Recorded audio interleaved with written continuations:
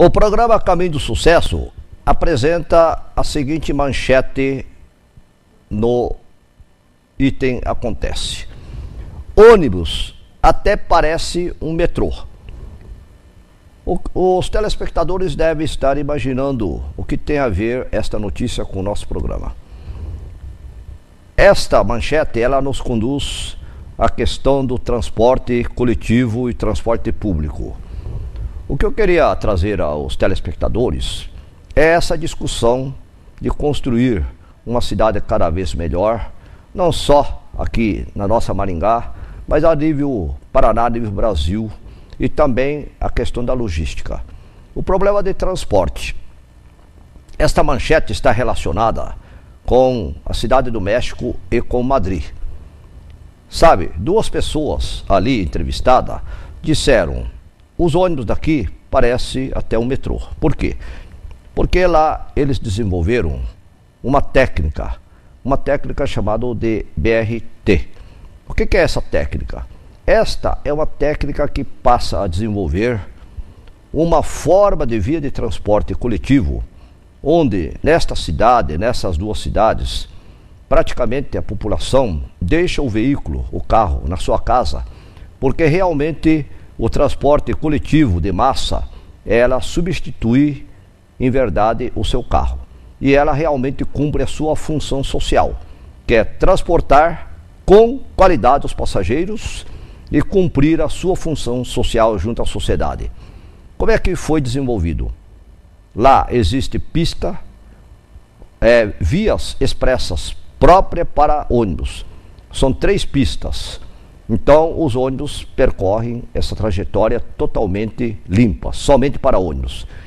E numa questão de 20 a 30 minutos, eles conduzem do início ao final de um trajeto muito distante e muito longo, tanto no México como também em Madrid, para que o usuário realmente possa se deslocar do seu início ao local de trabalho, com toda a tranquilidade.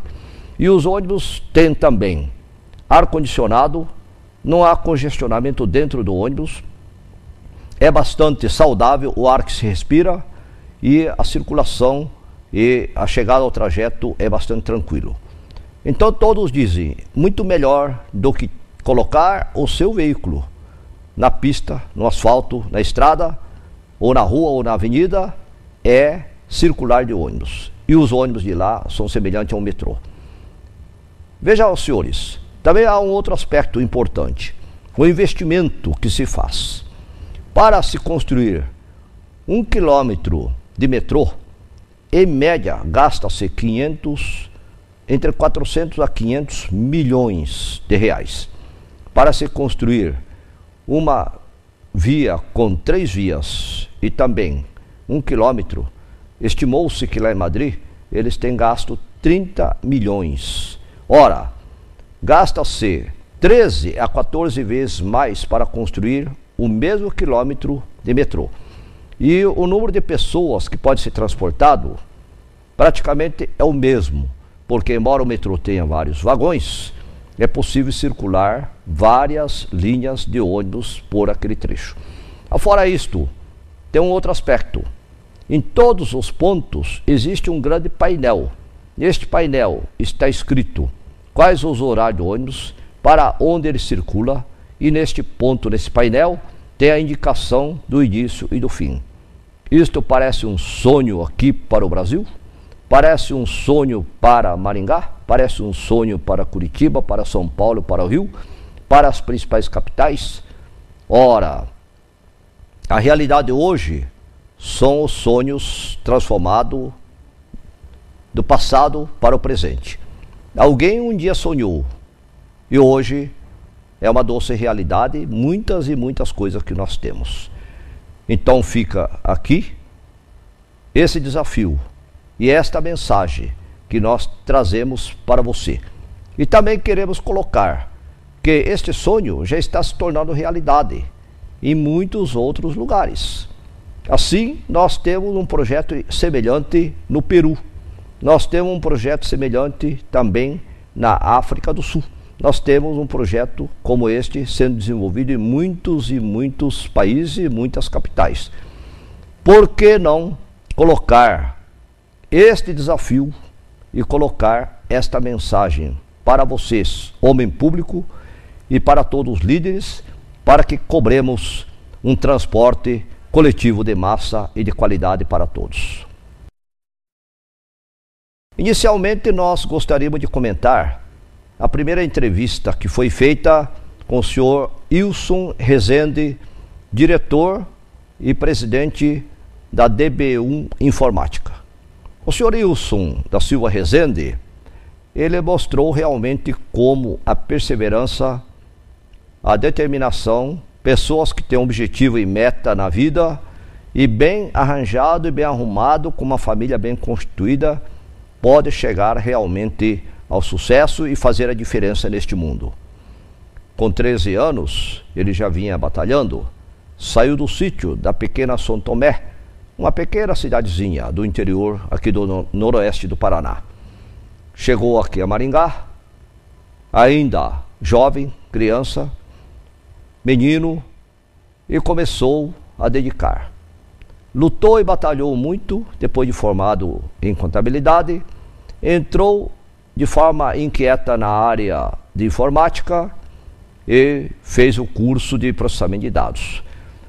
Trabalhando já em outras empresas, como ele trabalhou por 9 anos na TET, ele depois, de forma bastante inquieta, com espírito empreendedor, fundou já uma empresa, a DB1 Informática, e assim vem fazendo história.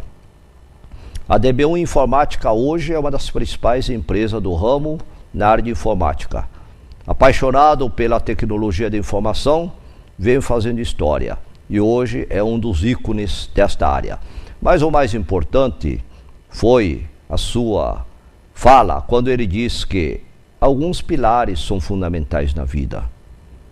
Os pilares são tecnologia, permanente atualização, inovação, investir nas pessoas, a participação sua permanente junto ao cliente na busca da solução, usar a ética como um dos fundamentos, um dos pilares, e estar realmente sempre de forma apaixonada, dedicando àquilo que faz. Ou seja, é preciso ter paixão pelo que faz, é preciso gostar do que faz e é preciso preocupar com um dos maiores patrimônios, se não o maior patrimônio, é o cliente.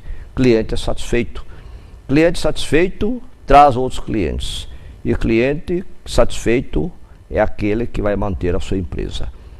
Isto, aliado à responsabilidade, à integração, a ter fé e, como ele diz, participar também das ações sociais, associativa e integrar com outras e outras organizações da sua atividade e também do mundo social, como associação comercial, organizações profissionais da sua área. Enfim, a sua participação neste mundo significa uma contribuição, uma retribuição e um pagamento de uma parte daquilo que ele recebeu de toda a sociedade. Com este espírito, Wilson Rezende já fez história, mas com certeza irá continuar construindo muita história ainda. Na segunda entrevista, nós tivemos a presença do arquiteto Marcos Kenji Fujisawa, mais conhecido como Marcos Kenji. O arquiteto Marcos Kenji também tem uma história brilhante, uma história exemplar.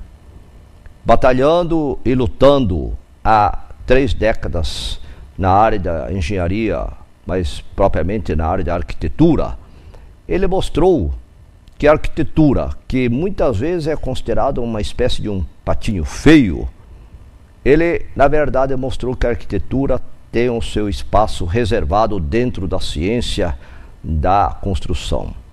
Muita gente confundia e ainda confunde que o arquiteto é uma espécie de um decorador de luxo. Pasmem, um grande engano.